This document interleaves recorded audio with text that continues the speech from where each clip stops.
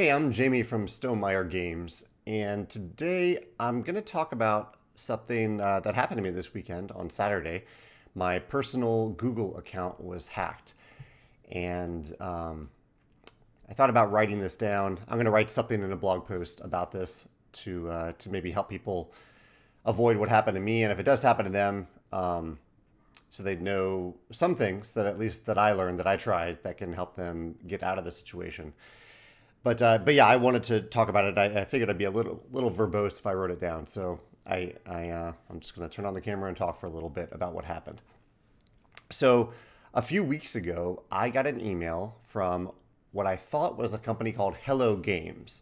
I've heard of Hello Games because they released a video game called No Man's Sky that a long time ago I was interested in maybe making a board game for. Um, so I haven't actually played No Man's Sky, but I I am familiar with the company, and they're coming out with a game called Light No Fire that is an open world game. I'm designing an open world game right now, and so I thought that sounds pretty cool. And the email was about an advanced copy of this game called Light No Fire.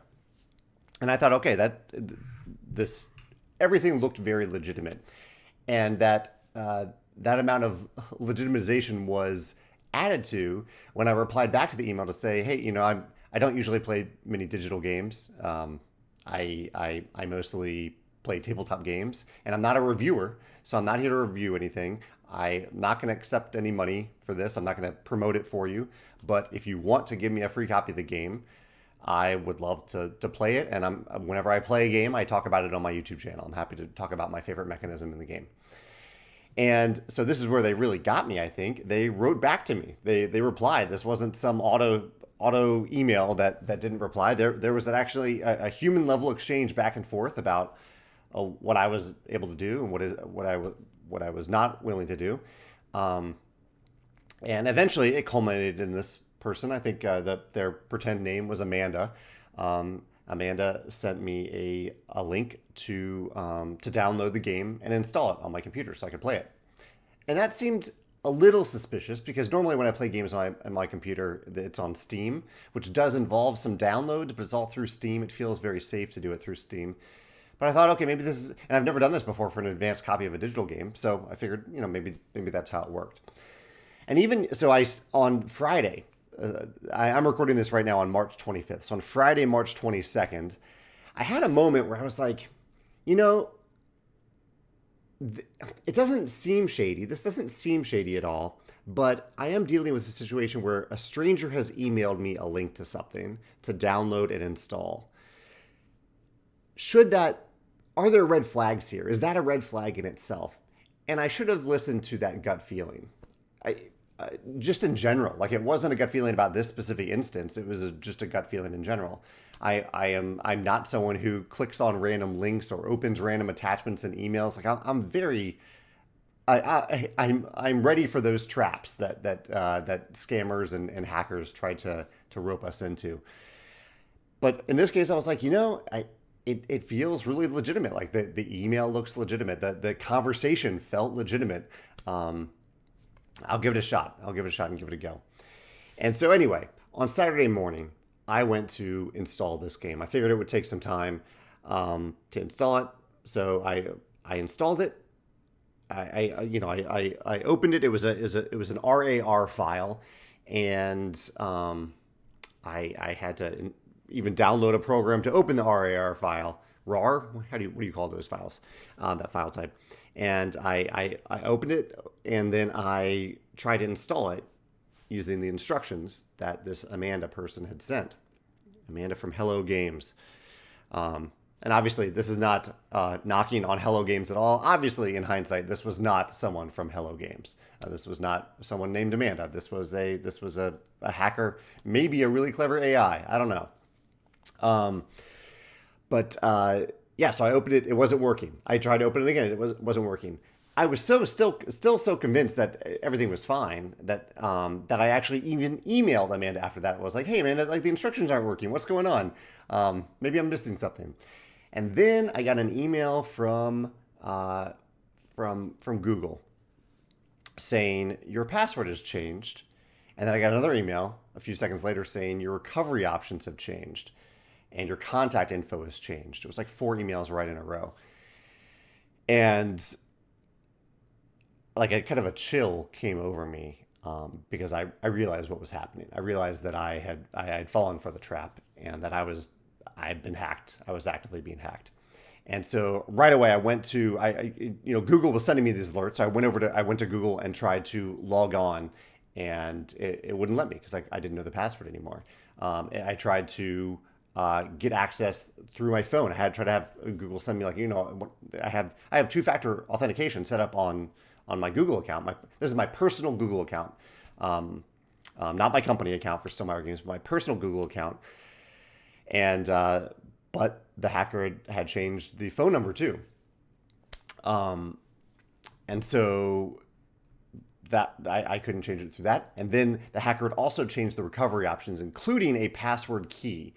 And this is, I think, a really clever. Well done to the hacker for doing this. They had changed one of the recovery keys to like an actual physical key, like a USB port, something like that. And so I was completely locked out. I had no way of getting in. I could not even, like, I went through the recovery steps on Google. That was one of the first things I did, go through the recovery steps. And I didn't have any of them. The hacker had all of them. And so and even at the time, I was, panicking to a certain extent. But I was also trying to stay as composed as possible, because I thought, maybe the more I can do, I know I'm being hacked right now, but the more I can do, maybe I can reduce the impact of what is happening.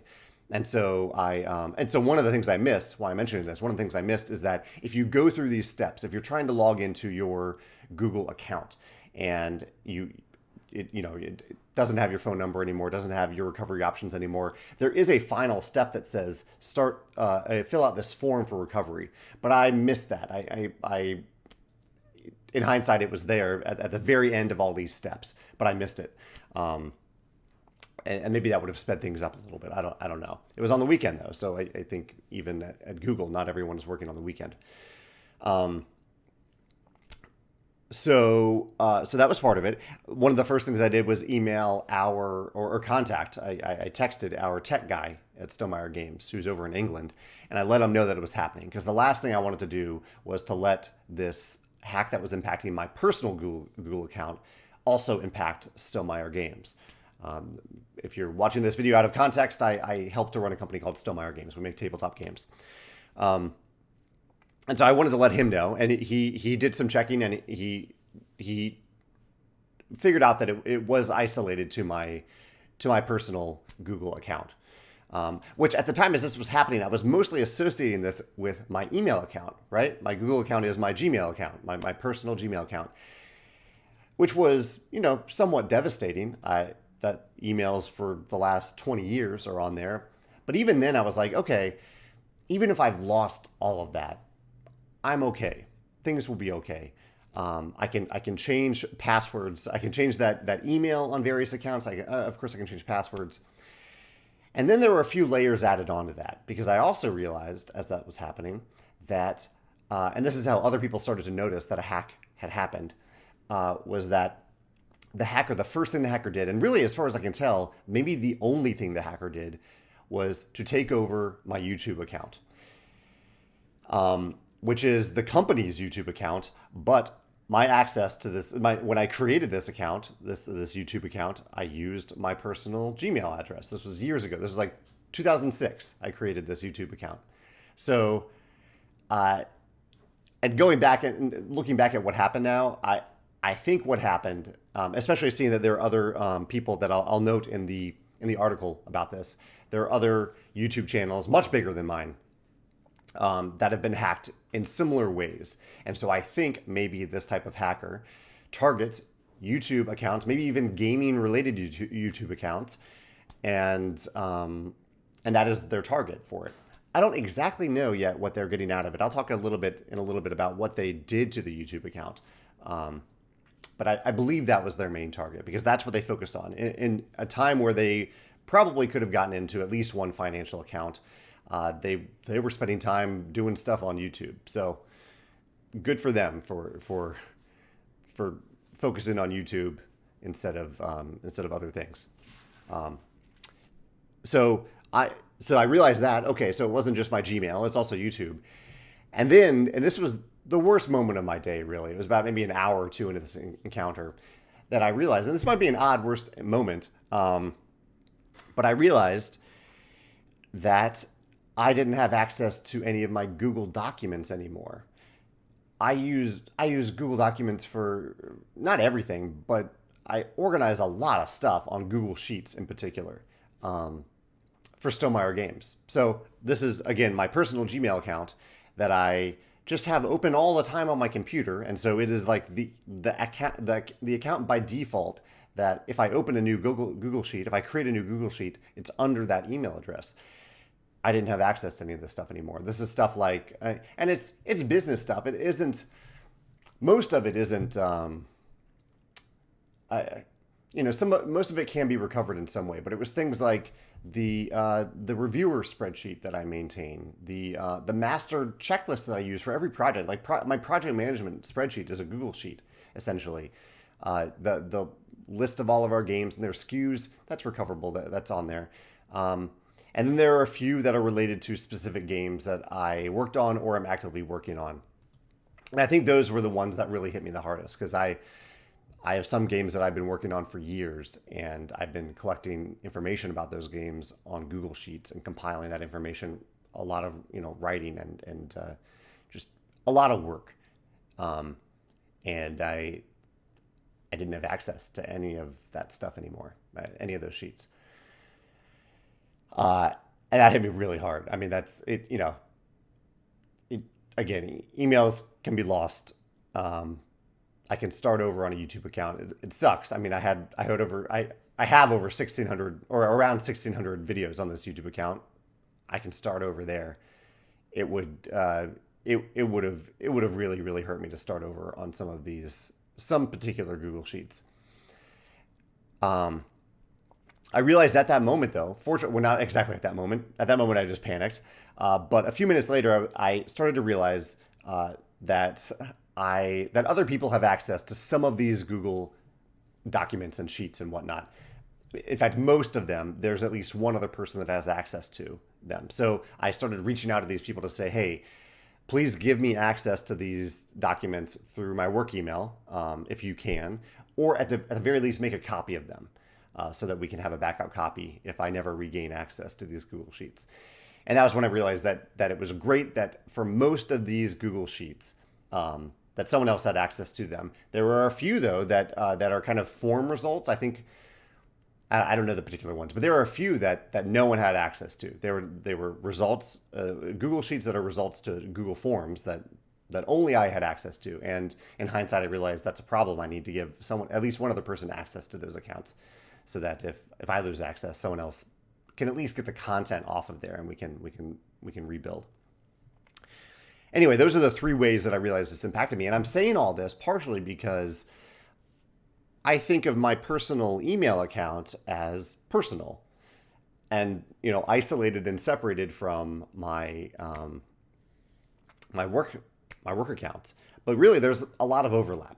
There's a lot of overlap between that stuff. Simply because, as I said, like this is my default default Google account that's on my computer. So whenever I sign up for a new website, if the website has that little button that just says sign up with Google, it's just one click. It's so easy to do that. And the default Google account for that is my personal email account. It's the default for the Google Sheets. It's the default for YouTube. It's the default for way more stuff than I thought it would, and way more stuff than it should be, really. It was as terrible as this whole experience was, it was enlightening to see how many things are tied to that personal email account.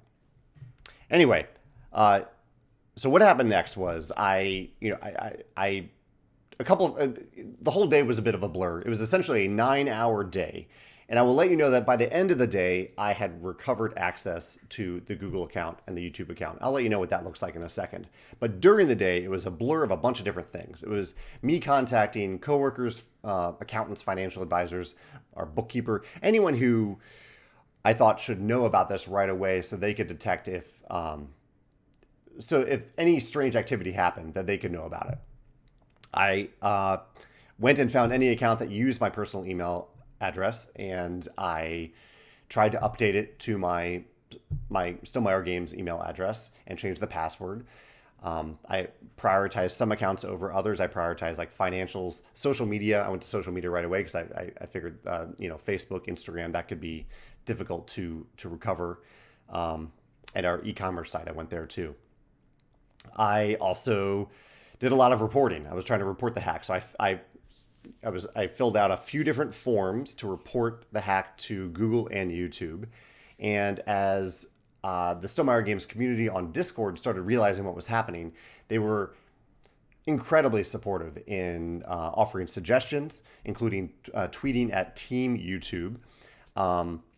They were also reporting the videos on my YouTube channel, our YouTube channel, the videos that the hacker was putting up. They were videos about. I'll get to that in a second. I'll tell you about what the hacker actually did in a second. But they were reporting those videos, and they were also trying to make connections between me and people who worked at Google and YouTube, which I understand is a very privileged position for me to be in, that people would look out for me in that way and actually have those connections. But I'm really grateful for it. Really, really grateful for it, because I think some of that stuff may have escalated the request faster than it normally would have, especially on a weekend. And I was also scanning my computer. I was ended up refreshing Chrome completely. Chrome I use for web browsing. I was doing virus scans and things like that. I like restored my computer to a state before the hack, things like that. And then finally, miraculously, the account was restored. The hacker was kicked off. I regained access to the account. I started by changing passwords, adding security levels to the account as a whole, and then I started to look at what the hacker had done. And one of the things I noticed is that in my email, like long-term implications, who knows really what the hacker gained from my email. Maybe they found a way to download everything and they're going to use it someplace else. But one thing I noticed about my personal email account was that none of the emails that were received to that account were read. None of them showed up as read yesterday. And some of these, unfortunately, were emails from accounts that I was trying to change the password for or change the email on. Because some of those accounts, to allow you to change the password, they send a verification email to your current email account, whether you're changing your password or your email address.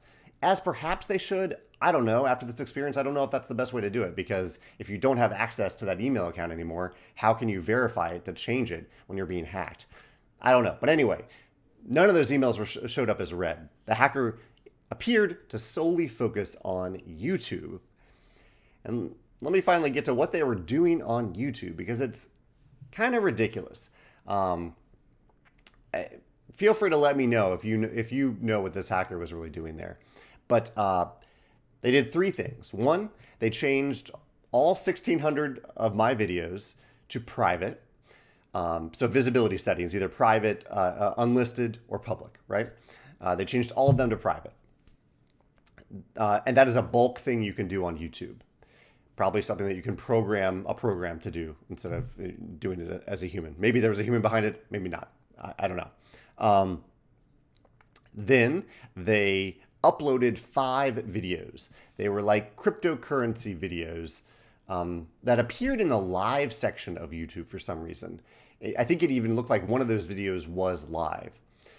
And 3, they got rid of all of the kind of, on the landing page of YouTube, you can pre-populate different lists of like popular videos or videos of certain specific topics. Like if you go to the main landing page for this YouTube channel right now, you'll see my long form, like top 10 videos, Sunday sit down videos.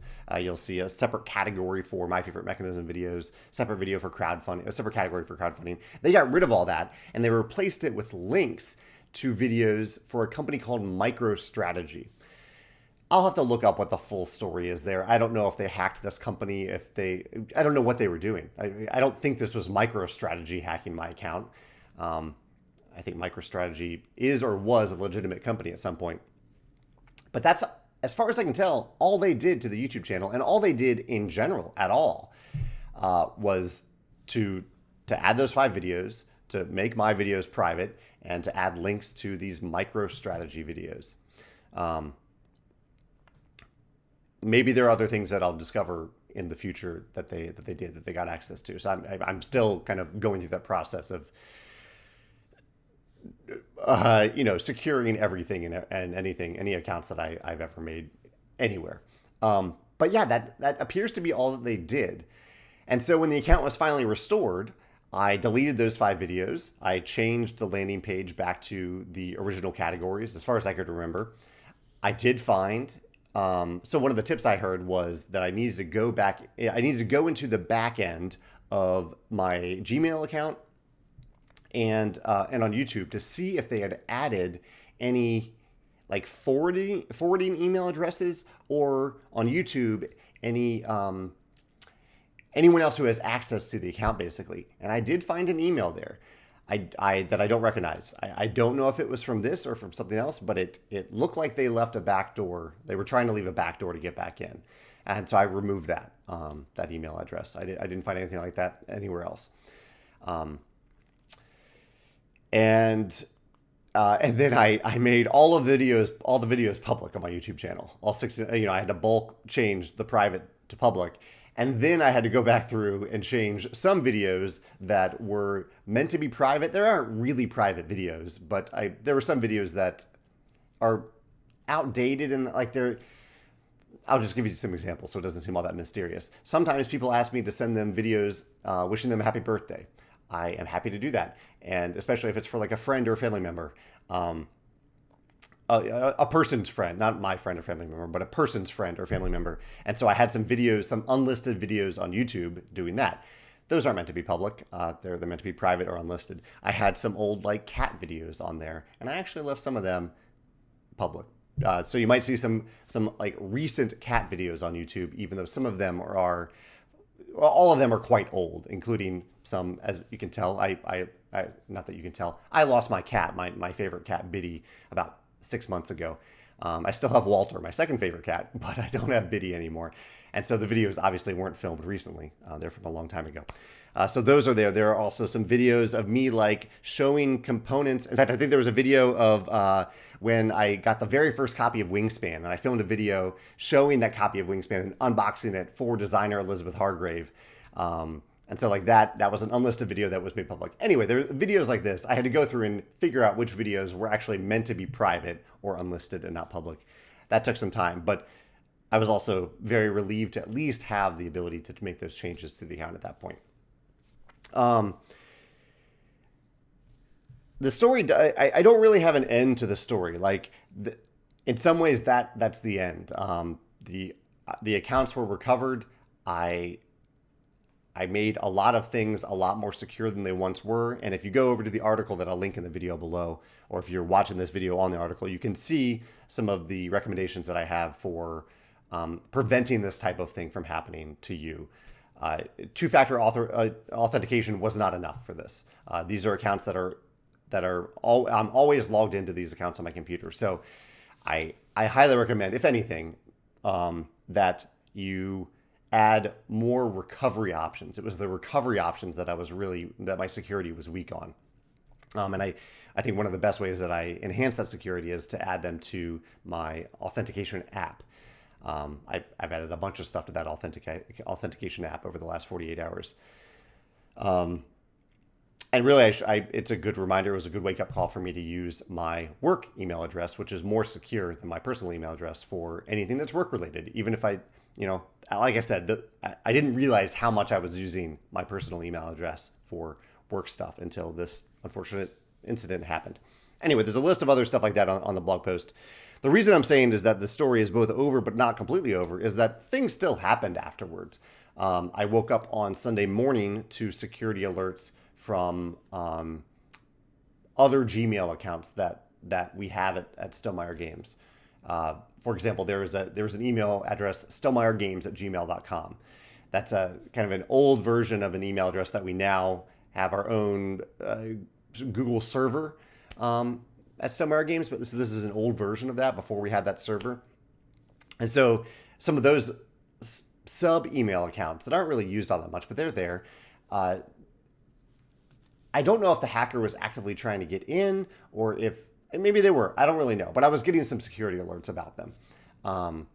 And fortunately, Google at this point, I think they had kind of locked down all of my accounts enough that they weren't going to let someone else change the settings unless they knew it was me. I don't know how they know it was me, but so I then realized that I had these other email accounts that I hadn't changed and that were still quite vulnerable. And so I went through and changed the information on those email accounts as well. And really, even today, I'm still updating more accounts. There's so many accounts that have these email addresses on them or have passwords on them that I've changed or need to change. So I had that happen. And then later, the last thing that happened last night on Sunday night was that YouTube shut down my entire YouTube account. That's why I don't even know. Hopefully you're watching this video. Hopefully someone's watching this, but they closed down the whole YouTube account because, and I think this is my best guess. No one's confirmed this, but my best guess is that because of all the complaints and reports they got of violations on Saturday when the Google account was being hacked, that Google, on Sunday, whenever my YouTube channel got through far enough in the queue, these complaints got far enough along in the queue for Google to realize that it was Sunday night or Sunday, and Google was like, "Whoa, I got all these complaints about this YouTube account. Better shut it down." And so they shut the whole account down, and I went to bed. So I went to bed without a Google account. I woke up, and the last thing I did before going to bed was I appealed it. There's an appeal process, and I woke up to them having rejected the appeal, and then I was like, "Oh." At that point, I was a little frustrated. I mean, YouTube and Google have been very helpful throughout this process, but it was a little frustrating that they rejected the appeal because I think it's pretty clear that YouTube can go back and look at what happened and see what happened. Anyway, at this point, since you're probably watching this on YouTube, you know that the YouTube account has finally actually been restored. And the main thing I can tell that has been lost overall are about a year of comments. As far as I can tell, maybe they're back now, but and I don't know if the hacker deleted them. I don't know if it's a YouTube thing, a YouTube recovery thing, but a year's worth of comments on the YouTube channel appear to just be gone. They are not appearing anywhere that I can find on YouTube. So that's really unfortunate. I really appreciate anyone who takes the time to comment on the YouTube channel, but fortunately, most of the videos appear to still be there, including, I film in advance. So I except for this video, which I'm putting live today, but most videos that I film are filmed weeks or even months in advance. I just like last Friday, I literally filmed and uploaded 2 Mechanism videos that won't go live until June. And so that was one of the things that was just crushing to me, that I have not just all this content that I've already created, but also months of content into the future that would have been lost if I wasn't able to recover the account. I'm sure I'm missing a lot here. As you can tell, I'm all over the place. It's been a blur of a weekend. But I'm very fortunate that it wasn't as devastating as it could have been. I'm fortunate that the hacker focused on YouTube over things that could have been far more devastating. And I'm not saying that to relax about those other things. Those other things, I have taken this as an opportunity to add many, many more layers of security than I already had to those accounts, and to even really add inconveniences. I think that's a kind of a key thing that I'm wrapping my mind around. That, it's annoying if I want to log into like my bank account and I have to use my authentication app to log on. But it's worth that annoyance. It's 100% worth that annoyance versus someone taking control of my bank account or taking control of my Google account, my Gmail, my YouTube, social media, all that stuff that is part of my life. So that little bit of inconvenience, I wish it hadn't taken and I'm saying this, I have two-factor authentication set up on a lot of different things, but I didn't have it on everything.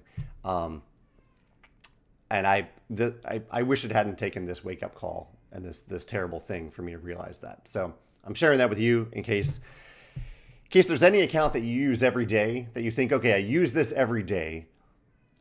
It's going to be too annoying for me to add those extra authentication steps. I think it's still worth it. Um,